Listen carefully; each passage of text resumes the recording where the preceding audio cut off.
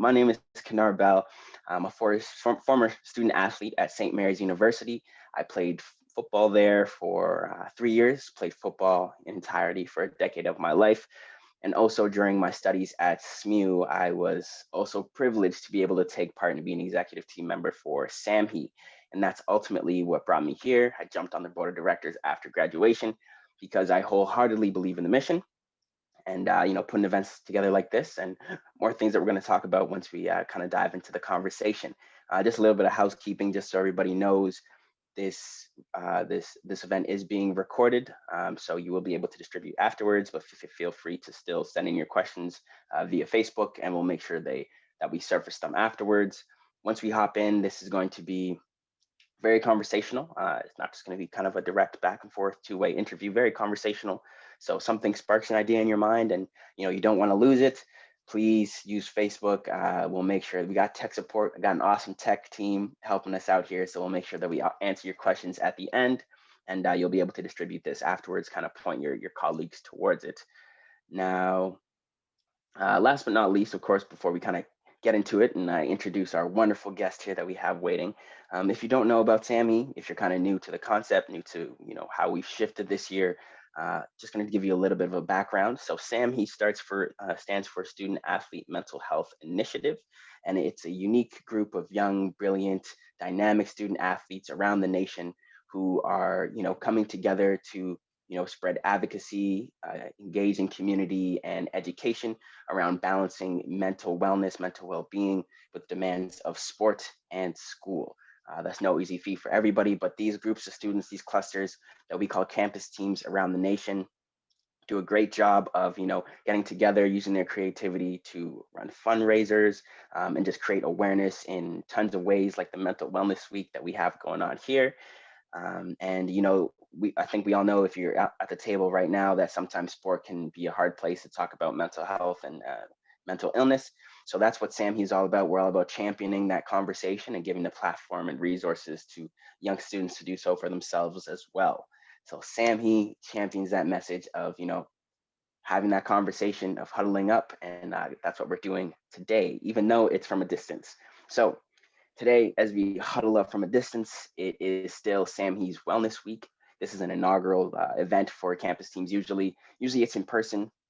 Usually if you go to any university, the closest university to you, and Carla, you'll be able to speak to this as well, but even whenever you go to the closest university to you during this week, the whole campus has kind of got different activities going on everywhere, right? So different campus teams get together to execute wellness activities, wellness campaigns, partner with community organizations within the area, not just on campus, but off campus as well, to really champion different ways to take care of yourself, fun ways to take care of yourself, introducing kind of yoga, dancing, different conversations, just really having this week be a real emphasis on that. And it's always a great time.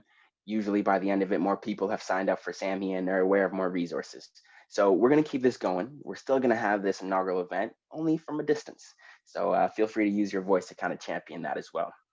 And feel free to use the Facebook page, once again, for your questions, and just kind of refer everybody back to the ongoings of SAMHI. Now, enough of that chatter. I'd like to introduce, please, Dr. Carla Edwards. So Dr. Edwards is a psychiatrist whose practice focuses on the treatment of mental illness in high-performing athletes. Now, we were talking before this, and Dr. Edwards, Carla, it was a high-performing athlete for herself long before she got started in her practice, and it was the passion for her sport and mental health awareness and mental illness treatment that ultimately led to her developing her practice, very strong, grounded practice in sports psychiatry. Now, Dr. Edwards, Carla, supports athletes from a number of different national sports organizations, on professional sports teams, and Canadian universities in person and through telemedicine. So any questions related to that delivery, please make sure you file them in there. Not only that, she's also the high performance mental health advisor for Swimming and Cycling Canada, and she chairs the concussion and mental health subcommittees for youth sports and the research science committee. So without further ado, please everybody help me welcome Dr. Carla Edwards. Nice. Thanks, Had to do it. How you doing tonight? How are we going? I think we're all doing the best we can, right? It's Hmm. it's hard to believe we're almost a year later after this all began, Honestly. and Yeah. sometimes it feels like the days are going really fast. I don't know where January and February went, Tell but me about it. when we're in it, it just seems like it's dragging on. Every day is the Yeah. same. It's just a bizarre feeling. Yeah. It really is. And we were kind of talking to, adjusting to, everyone's saying the new normal, but just adjusting to change, right? And you shared a great story that I think would be great to kind of start this off, right? So in terms of adjusting to change, when we were speaking beforehand, you kind of said, when you had been recruited with your sports background to play at university, they switched some things around with your position, but you're using the same mentality in your day to day now. Can you talk to us about that? Absolutely. I think what we experience as athletes, the need for versatility and change and adaptability, reactivity, we do it without even knowing it on the court or on the field, on the ice. But as you and I talked about adulting, and we transition into various stages of our lives, or even within the moment of trying to balance school and sports and such, just the transferability of the skill of adaptability and change and kind of knowing how to roll with things and just take on new approaches to things, I think has helped most people adapt to the last year of their lives. And what I've noticed is those who have a little bit more difficulty with adaptation and such have a little bit more of a struggle in the last year. But certainly, Hmm. if we trust, if I often use the phrase trust your training for athletes who are returning to competition post injury or after a big gap of time away. If we trust our innate abilities as athletes to be able to adapt to change and kind of flow with it, I think it'll make these unpredictable times a little bit more palatable. Absolutely. And that's a skill that we all need throughout life, not just in sport, but my heart is really with the student athletes now. It's with the coaches around the nation and worldwide because they're kind of feeling the pressure to adapt to the change as well.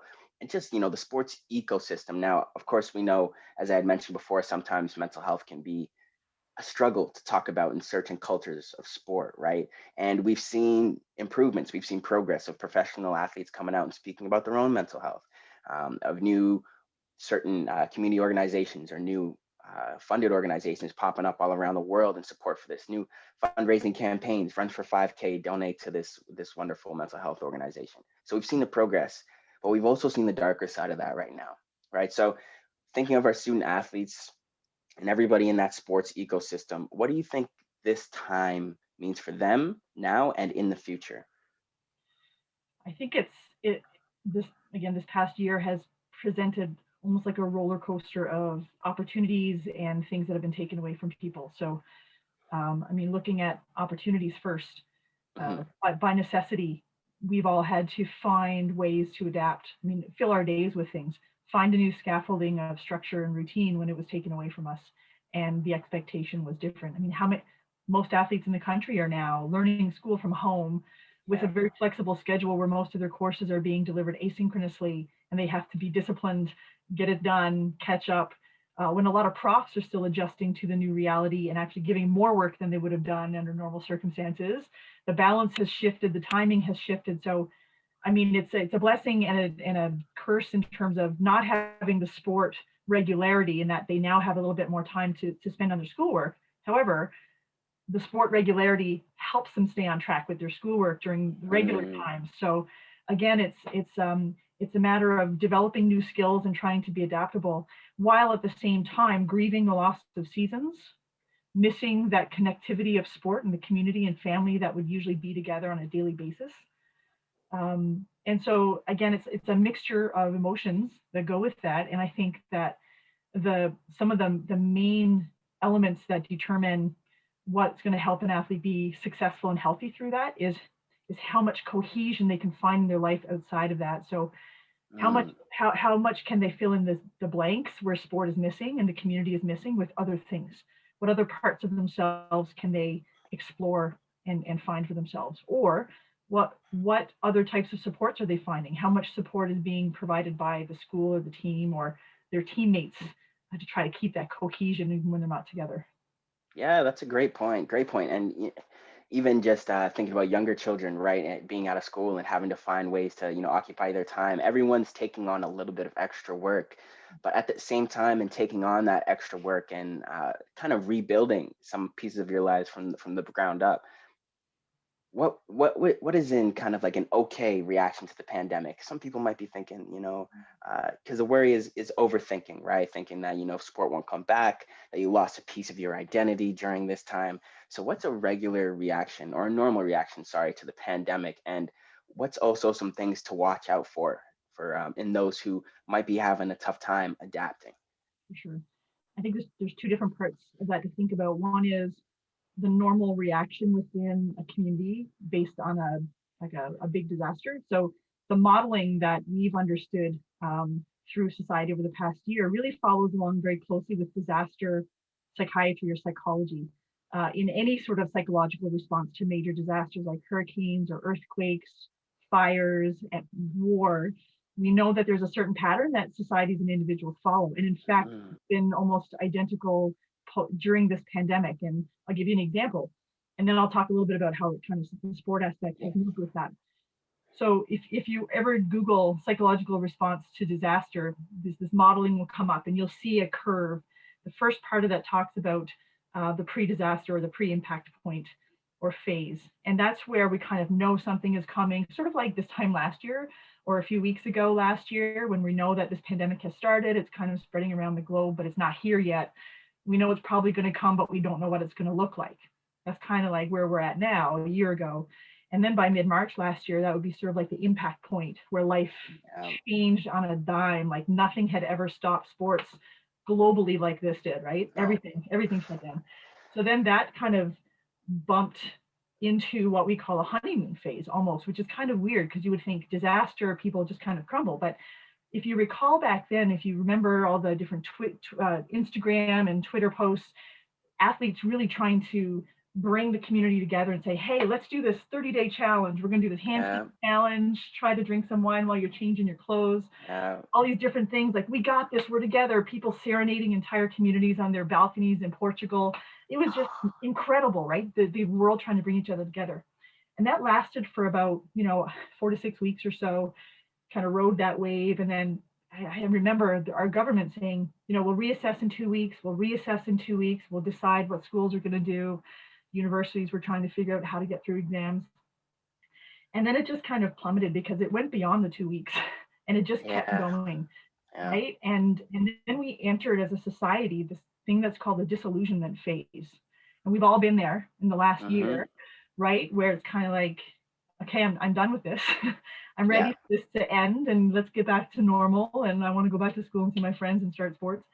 And through that disillusionment phase, which can last up to a year, so we're getting close to that, All you can right. have Good to know dips where we and stand. valleys, right? Because there's going to be trigger events like, oh, my season should be starting right now, or oh, nationals should be right now. And even in the fall of this past year, right? I mean, the RSCQ was thinking, we're going to have a season, and then in Yeah. September, sorry, there's no season. So athletes were training, and then suddenly they were going through the loss of their season, much like the rest of the country athletes went through in June and July when their seasons were canceled. So Hmm. there were lots of trigger events. And then at some point, that curve starts to turn and we kind of reach this reconstruction phase where there tends to be a little bit more energy and momentum and optimism about change. And I think we're kind of heading there now. I mean, we've got the vaccines out there. Who knows when we'll Yeah. get them, but they're out there. We've got some areas able to train again. There's some teams that are kind of together in various quantities, just starting to get a little bit of normalcy back, right? So we're starting to find that. But again, in the last year, that phase has really, really followed closely with that modeling. So Mm. that's us as individuals and as communities, that's what we've been through. From the sport point of view, it's kind of been the same. And within that are grieving periods, right? So if we think about Absolutely. all those first year students who went into first year university with great expectations of their careers, and then they have no season, and then they haven't met the vets on the team because they're not all back at school. And there's a lot of questions about next year and what's going to happen. So understandably, a lot of roller coaster emotions around that. And then we've got the final year athletes who miss their last season and have to move on, right? And that loss of, really being able to tie up their careers under their terms and how they want to. Yeah. And then there's the ones in between who we're kind of like, oh, we don't know when we're going to go back. And, looking for leadership to know how to lead the teams and how to bring some cohesion back when there's so much uncertainty. So still a lot of that, but I think, the next few months are going to be really pivotal in setting up the next year. Yeah. Oh my gosh. And the that's it's first of all, it's really interesting to know just in disaster how humans have acted, almost in like an anthropologic kind of lens. It's just human behavior, and we're just kind of going through the curves, and it does seem pretty on par with what you explained. So it's all about transition. It's all about adaptability.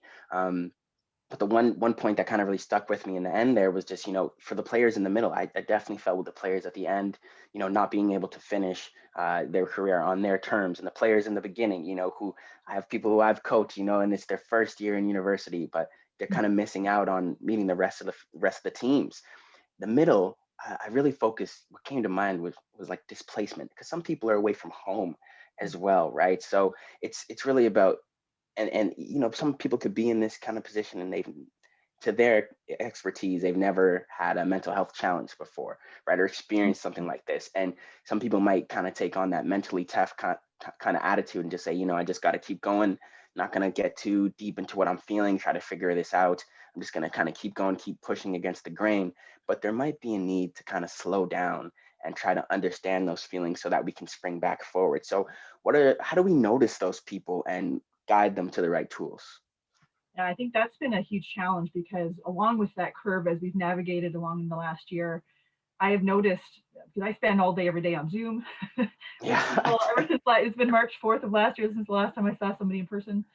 Uh, Oh my but goodness. literally, I could see everybody almost synchronize across the country. They don't know each other. They're in different sports, different ages, but literally they would hit the wall around the same time, like beginning of May. They're all hitting a wall of, I have no motivation left, and I have no creativity, and I have no energy. I just, and I want to say to them, you're not alone, and Yeah. everybody's feeling the same way. But it's hard to say that without minimizing how profound it is for them, right? Because it is huge, and it's affecting their daily function.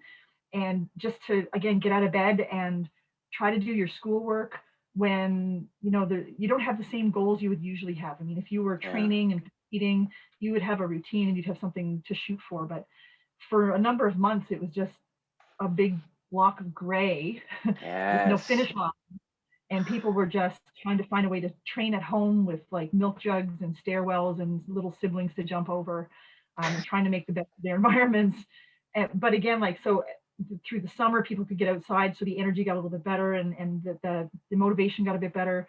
Then the fall, again, a compression of demotivation.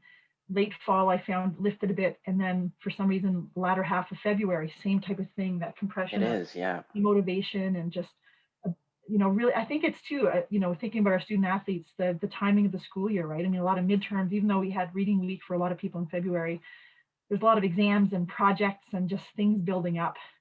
And, Yeah. and there was another Hmm. lockdown, the occasional lockdowns. It's So just like actually, on all ends, right? It's educationally, politically, it almost feels like that gray cloud that you can't escape, right? So how do you, especially, if you don't have a support system, how do you take care of yourself? right, Is absolutely. exactly what we want to focus on. The support system is variable, and uh, it's not guaranteed, right? From place to place, you can't say everybody has the same support system. So what I've been trying to work with people to do is really establish some sort of scaffolding. It doesn't have to be a firm, full schedule all the time, but at least some scaffolding that whether you're in lockdown or not in lockdown, at least you have the bare bones structure of something that you can carry through self-sufficient without needing external things or other people to make you be able to do it. So you can Nice. kind of build on that and have some momentum and maintain that, even just basic stuff Yeah. like, showering and eating and getting dressed every day when you're not leaving your Yeah. house, just getting out of your pajamas, making sure that every day is a distinct day, right? And Love making that. sure that you're putting in some level of activity sometime during the day, just basic stuff. And then you know what? When you're not in lockdown and you're together as a team, bonus gravy. But when you're not and you're in lockdown, at least you still have something that you're able to depend on that you can keep yourself going with. And then you fill Yes. in the other things, really trying to work with teams to at least the players to be able to keep each other together as a group, because Yeah. again, every school is different in terms of what kind of resources they've kept, how engaged the Yes. athletic directors have been in terms of programming and staffing and morale and kind of, future orientation.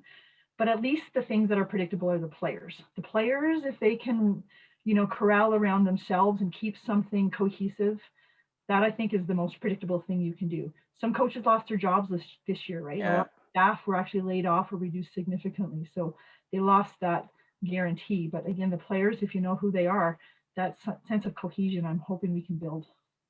Yeah, yeah, absolutely. And that's a good point. The players, when it all kind of throttles down, even though the players are the end users per se, they're the most predictable, right? So kind of just supporting them to stay connected will in turn have an effect on the coaches, and just the ecosystem getting back on its feet, the sporting world kind of getting back on its feet, so to say.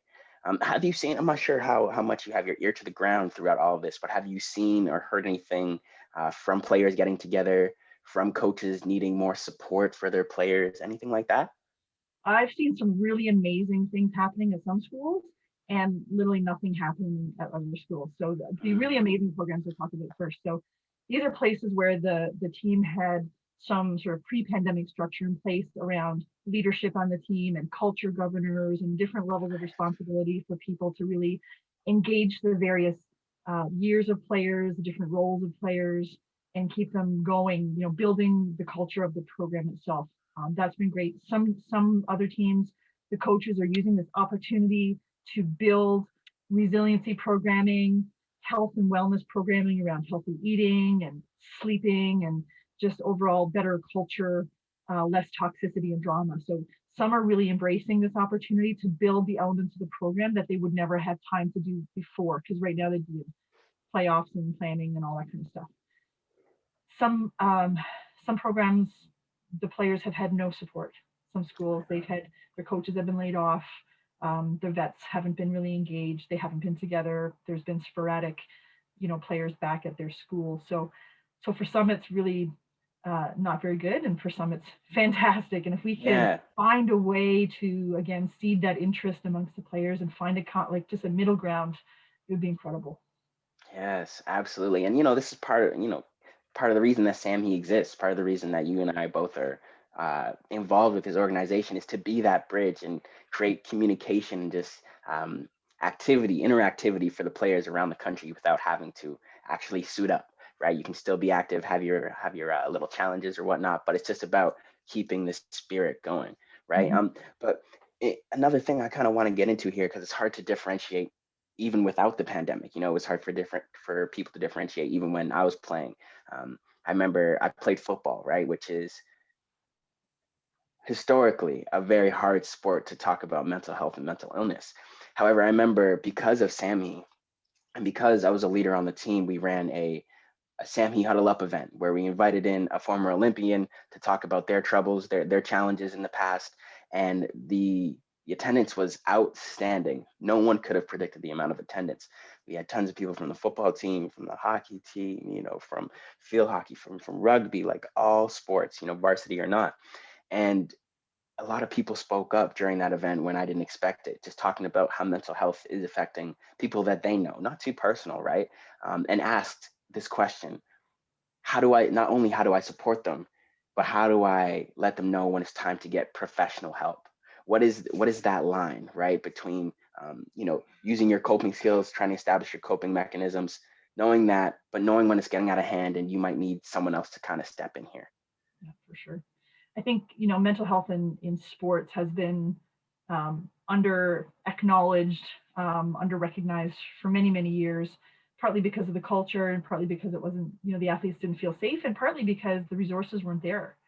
And Mm, still, in the big scheme of things, there aren't enough. I think people look at athletes and think they're doing fine if they're able to yeah, show up at practice and play their games, right? But it's the inner, hidden, invisible battle that people really don't see.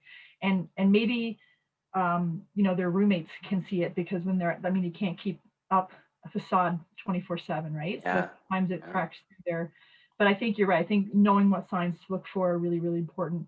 We've tried through the U Sports to educate athletic trainers for signs to look for. We're trying to expand that to coaching staff and really hoping to expand mental health literacy amongst players and athletes themselves and anybody who's involved in sports. So um, there's actually a new tool called the mental health recognition tool, or the sport mental health recognition tool, the Sport SMRT, mental health. SMHRT.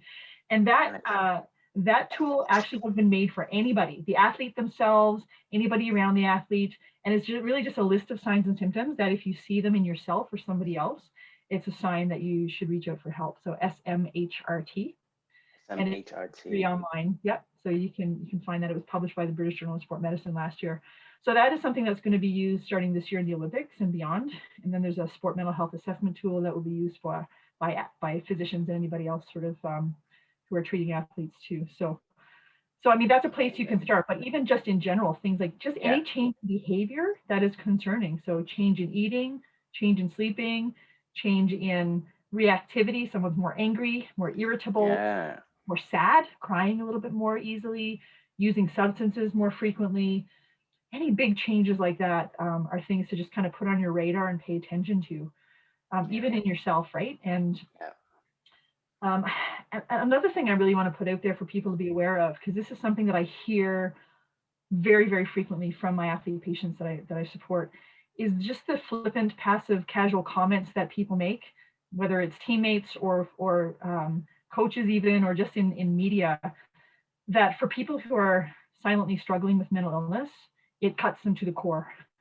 And people around them don't always recognize it, right? And it's just the flippant comments like, oh, I'm so OCD. I can't believe you just did that. Or I'm so bipolar.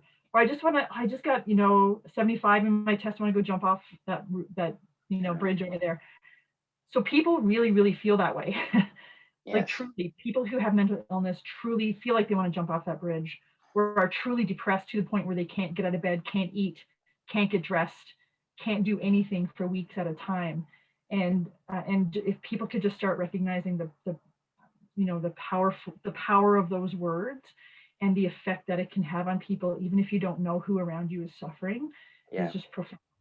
So I think just if we can increase awareness of just words in general, as it may apply to mental illness, it would be fantastic. Listen, if you don't take anything else away, please take that away, because growing up, you always hear sticks and stones may break my bones, but words will never.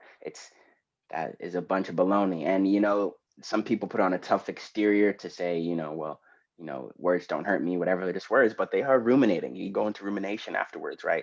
My big thing, especially with the young community, right, is sometimes people feel like they have to pick a side, especially when the situation like that happens right in front of them real time. Whether you pick a side and you say something to go against any slurs or kind of discriminatory comments being said, or you kind of stay silent and don't rock the boat, so to say. So how can you, in your experience and just what you think generally, how can you maintain your integrity, but also disempower comments like that? And then we'll open it up to the questions. Yeah, I think, what I've been trying to do is work with the team, the coaches, to change the culture right from the beginning of the year, because it's hard. Athletes find it difficult in the middle of a season to have it called out to the team that they're struggling with something and the team should be aware. They don't want to be singled out. Some of them don't mind. Some of them like having meetings with the team and saying, look, I'm struggling with my eating. If I don't go to, the team buffet lunch, this is why. And just be aware that I'm working on it and it's really hard for me. So some are comfortable saying that and sharing that, but not everybody, which is fine. So I try to work with the coaches and the team leadership to have something or even the schools during orientation week, something at the beginning of every season to say, look, here's what you need to be aware of. Here's what we expect in our culture, even in the code of ethics or the behavioral codes of all of the different sports, to say, here's what's acceptable behavior and here's what's not, and be aware of these things. So really trying to make sport a safe place, so that even if athletes aren't comfortable disclosing their story, which is fine, at least it's a safe place for them to be where they're not being harmed. Yeah, absolutely. Yeah, and the trust is there, right? Yes. Yeah, amazing. Couldn't agree more. That needs to be standard in all countries now. All right. Lots of juice there. Gonna open it up for questions now, everybody. Hope you got some. That was a great conversation. Tech team, let us know if any questions come in here. I'm not seeing any in the chat just yet, but feel free, everyone, to throw in your questions, how this might pertain to your certain field, your industry, your own kind of family well-being as well. I know we were kind of speaking before this, being an athlete, when it's in your blood, that your life kind of revolves around that, right? And even myself making a big life change and having to get active again, finding out how to script my life and my routines around an activity when football isn't there anymore, right? So it's way deeper than organized sport. It's your own personal lifestyle as well, right? So keep that in mind. I think we got a question in here. Thank you, Isabel. So Isabel says, "Hi, Kanaar and Carla. I'm wondering if someone close to you and or a teammate is struggling with their mental health and shares this with you. So I'm wondering if someone close to you and or a teammate is struggling with their mental health and shares this with you. How do you suggest people approach the topic of seeking help? And what is a good way to suggest this?" Great That's a great question. question. It's a great question. And it's something we see at all levels. I think, as a friend and a teammate, you obviously want to be there and support them. Some friends and teammates feel obligated to maintain someone's safety. They're afraid that if they're not available, that might have a really negative outcome. I think Yeah. what in general we try to recommend is really try to stay within your comfort level in terms of how Yeah. much you're caring for somebody.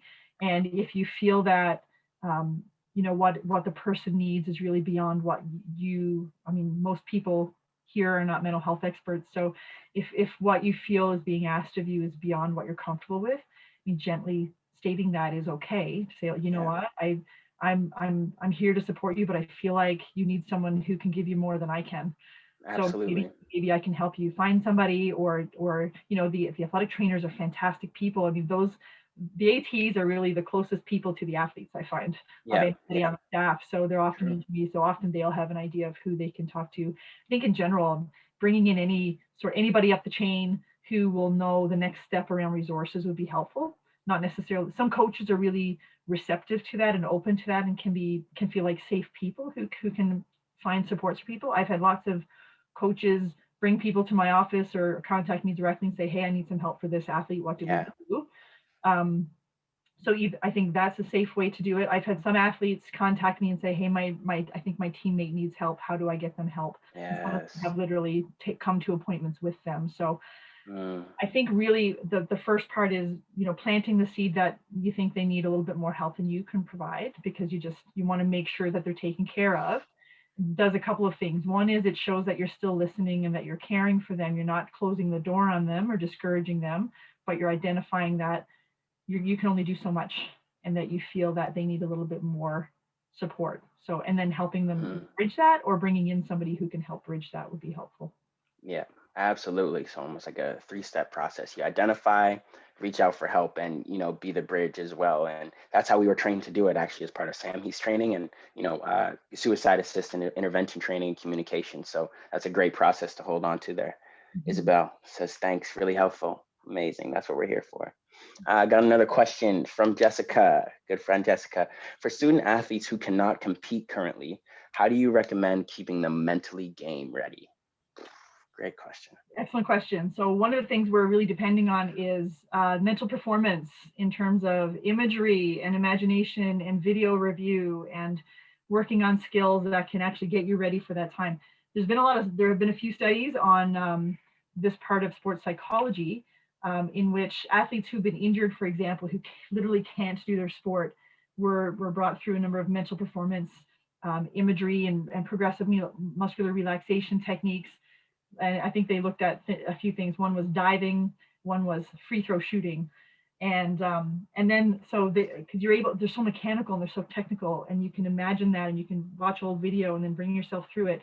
The beauty of imagery is that it's your own perspective, so you can stop, tape, rewind, change the angle, look through your first person, look through third person, and really fix it up. When you're not in competition, so that by the time you get there, your brain and body are so in sync, you're actually going to be able to execute those skills better Mhm. than if you were just practicing alone. Right? So ideally doing Okay. both together would be great, but if you can't do the physical, do the mental, and that will actually give you an advantage by the time you get there. That is such a powerful insight, and especially to, for some people who are more logical to have it grounded in research, you know, and to say that that work is just as important, you know, as a physical work. It really has to be married together, you know, mind and body work in lockstep. So that's something great to hold on to. I know I had tons of dreams of, you know, taking an interception back to the house, you know, or just being in the right place at the right time, right? Your body won't let you down. So got another question. Thank you for that, Jessica. That was a great question. Another question here from Sarah Polly. So, do you have advice on coping with losing your last year of your sport if you're graduating? My goodness. So, do you have advice on coping with losing your last year of your sport if you're going to be graduate? So, this is the people at the student athletes at the tail end of their sport that we were speaking about in the beginning. Absolutely. I think it's truly a grief process. Mm, And you have to allow yourself that. You have to recognize that it is a loss, even though it's just a sport. You've dedicated years of your life to this team and this program and this school for this reason. And so you have to allow yourself to kind of go through the process of feeling the loss and the sadness, and the, you know, despair and anger probably as well. yeah, yeah. If you have other teammates who are in the same year as you, I mean, going through that together is helpful. Not everybody grieves the same way, but you know, getting together and saying, man, this really sucks. I can't believe this happened. And just allowing yourself to feel what you're feeling is super important. Yeah. I find one thing that's really gotten a lot of people through this past year has been gratitude as well. So allowing the grief, but also then allowing the gratitude, where you can reflect on the years that you did have and find the really positive elements that you can take from that. Right. So trying to balance off some of that and just looking at the whole big picture, the 3D picture of your experience on this team. You know, we can't change what's happened this year, but you can control a little bit of what you bring forward from it. And if Yes, you kind of absolutely. if you stay stuck in the loss and the resentment and the, you know, the anger about that, you're going to carry that with you a long time. But if you can process that, but balance it off with the good things that you've gotten from it, and then look forward to, I mean, it's kind of early to do that, but Kanaar and I were talking before this started about how throughout our lives, you know, our sport engagement and the different sports we're playing has changed. You're an athlete at the core. You're always going to be an athlete at the core, even when you leave school. So you will bring that into something else and something different. But in terms of the experience itself, try to round out the 3D experience, not just the loss, but allow yourself the loss. Yes. Oh my goodness. And it's great to hear this. I can think of tons of, you know, people who wanted to, needed to hear this during my time in university, just to honor that process, not to skip it, right? And just give it due justice. Your experience during university, you had great times still, you know, and even if, you know, you didn't get to the place where you wanted to be, you gave it your all, right? So That's go right. through the whole process is a great sentiment. I think I missed a question. Sorry, thanks, Sarah. Sarah says great advice. I'm going to get to you in just a second there. Um, Isabel. Okay, the question before that I had missed, sorry about that, is if you have a coach who is not educated on mental health, do you have any advice for dealing with this? So my coach isn't educated on mental health during this time. What do you think I should do? I think if that's how I'm understanding the question. I think lots of coaches are not educated on mental health, period, and not even just during the pandemic, but in general. And it can be very difficult when an athlete is struggling. And let's just say that those struggles start to spill out over into their performance or their experience in the athletic environment.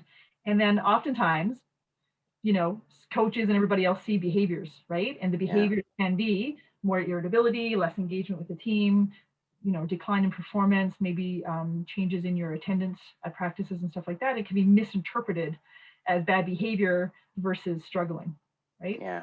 Yeah. So I think it's a very, very common situation, and way we've tried to navigate it in schools that don't have that mental health for athletes structure built in there is to try to go through the leadership of the team. And hopefully, I mean, not all captains are necessarily savvy in mental health either, but trying to find your safe people within either your team or other staff outside of the coaches, again, whether it's the ATs, physio, somebody who can help advocate.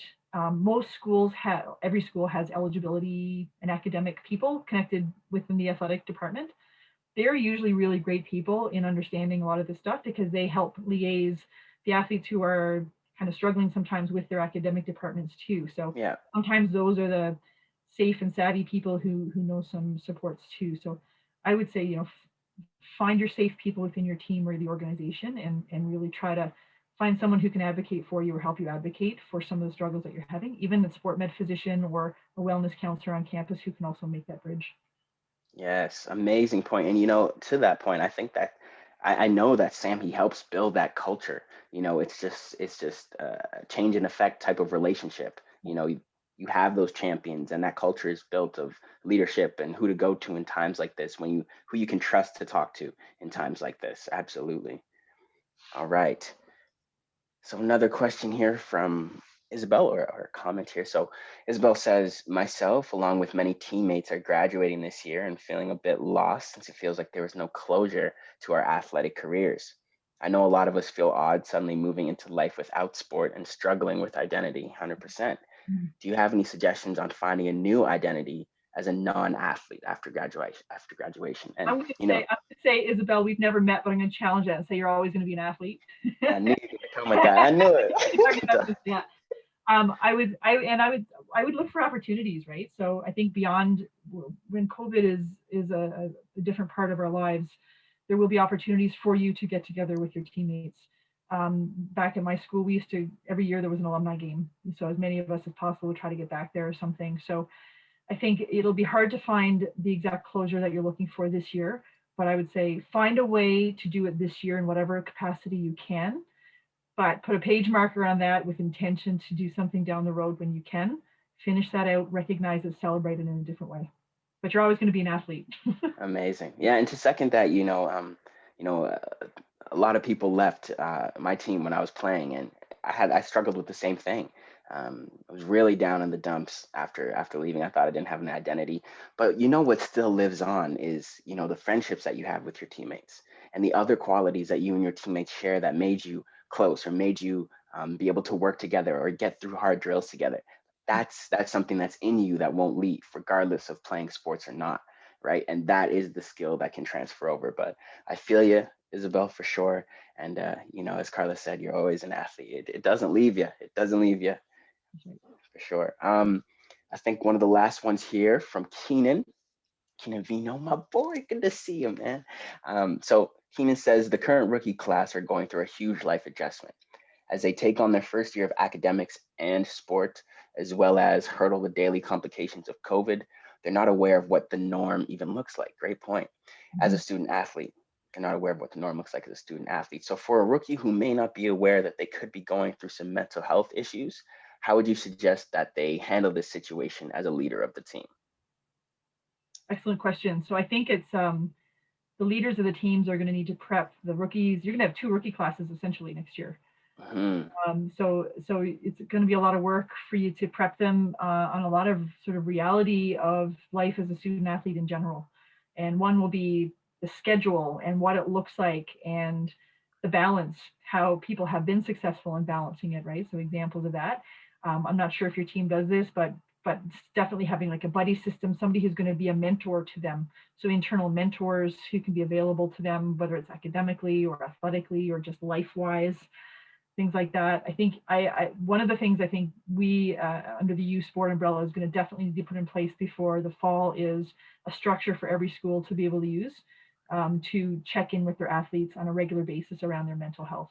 Sam and I have already talked about some different ideas that we're going to bring forward to a meeting with U Sport later this, I guess it's now March, next week or this week. So we're starting to put some structures into place, but I think you as teammates and players, you do what you can within the structure that you have. Again, I talked a little earlier about culture governors or leaders or mentors, figuring out kind of who can have what roles, and then looking at how that's delivered and what kind of follow-up structure you have in the fall to ensure that it's going to be good. Some teams are going to have a ton of rookies, like football and soccer and rugby. Some of those bigger roster teams are going to have a lot of new people that are going to need a lot of support, whereas smaller groups will be a little bit easier to manage. So we have the luxury of time to be able to plan for that. So I would say, use the lessons of this year to inform the approach to next year and identify which areas you wish was better. Maybe talk to the current year rookies and see what they think would be better for next year's rookies, and then try to kind of skill it up from there.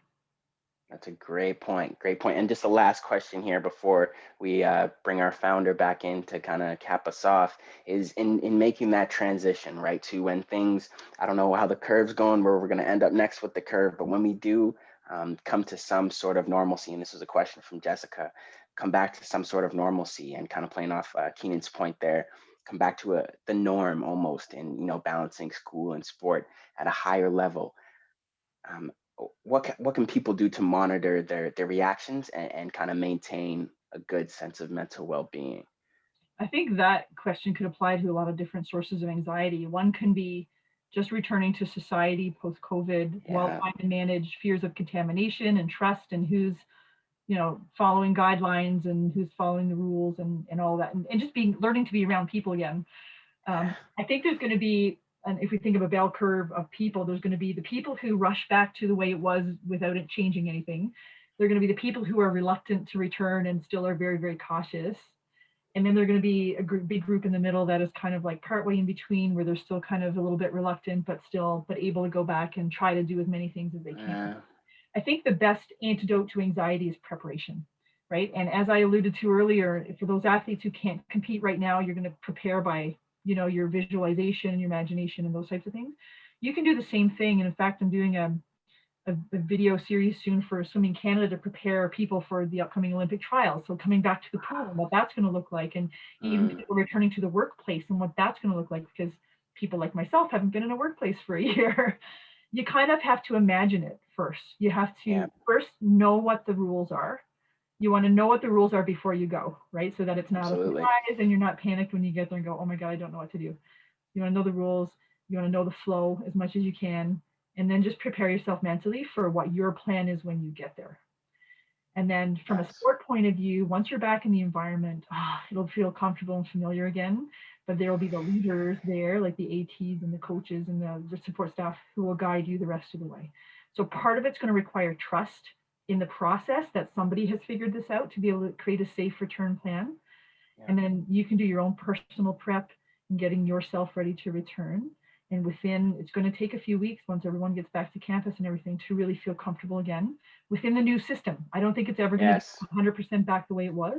It will be a new system, but it'll be closer than we are right now. So it'll be a process, but it's all about personal prep. Mm, couldn't agree more. Like, what an amazing note to end off with. Thank you. Thank you, Carla. I'm grateful to hear this. Even though I'm not in sport as much anymore, it was still super helpful. And I hope everybody took something away. Champion SAMHI for this. This is what we're all about. If you want to get involved with the campus team, head over to the website.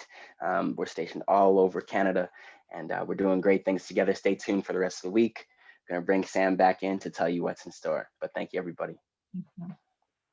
That was great, Carla and Kanaar. Thank you so much for the conversation. I learned so much as well, and yeah, like we could have so many conversations like this. The topic of mental health in the sport world is only going to get more important as we move forward, especially as we come out of the pandemic, whatever that reality is going to look like for everyone. But I did just want to take a moment to thank you both, and to also just mention that our campus teams have put in a ton of work this week to offer some free events, free virtual events for all student athletes or anyone really who wants to participate. They really are, the campus teams really are a cornerstone of what we do, and we couldn't do what we do without all these volunteers across the different chapters across the country. So we have things like yoga this week. Tomorrow night we have another session with Dr. Heidi Wigan out of Dalhousie. We have Zumba, we have some wellness check-ins, we have some fun Jeopardy happening on Friday. So really just covering the spectrum of different ways you can check in with yourself and with your teammates and with people you've never met before. I think that's really going to be important, as we continue through this tough time. So on that note, I just want to say thank you again, and you can follow us on Instagram, follow us on Facebook to get more details, and check out our website samhi.ca for more details and more resources as we go forward. And Carla, I know you mentioned a bunch of resources throughout the presentation, so we're going to be sharing some of those. So feel free to share them with whoever you think could use them now and in the future. So thanks very much, everyone. And with that, we'll say have a good rest of the day, and Kanaar, have a good night from the different time zones. Yeah, And, yeah, got take it. care, No problem. everyone.